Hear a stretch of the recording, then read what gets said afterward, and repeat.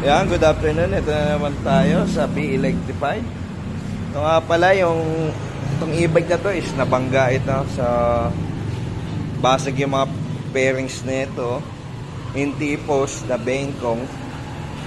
So papalitan natin siya. Ayusin natin kung ano pang magagawa natin. Ayan o. Ito yung shock niya. Nasira.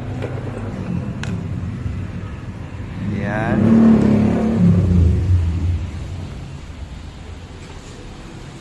Ayan siya ngayon.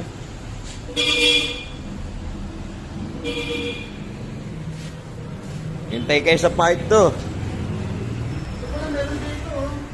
Nasa part 2 na tayo. Nakabit na natin yung gulong.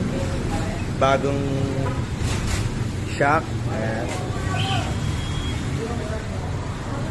Hintayin nyo yung part 3.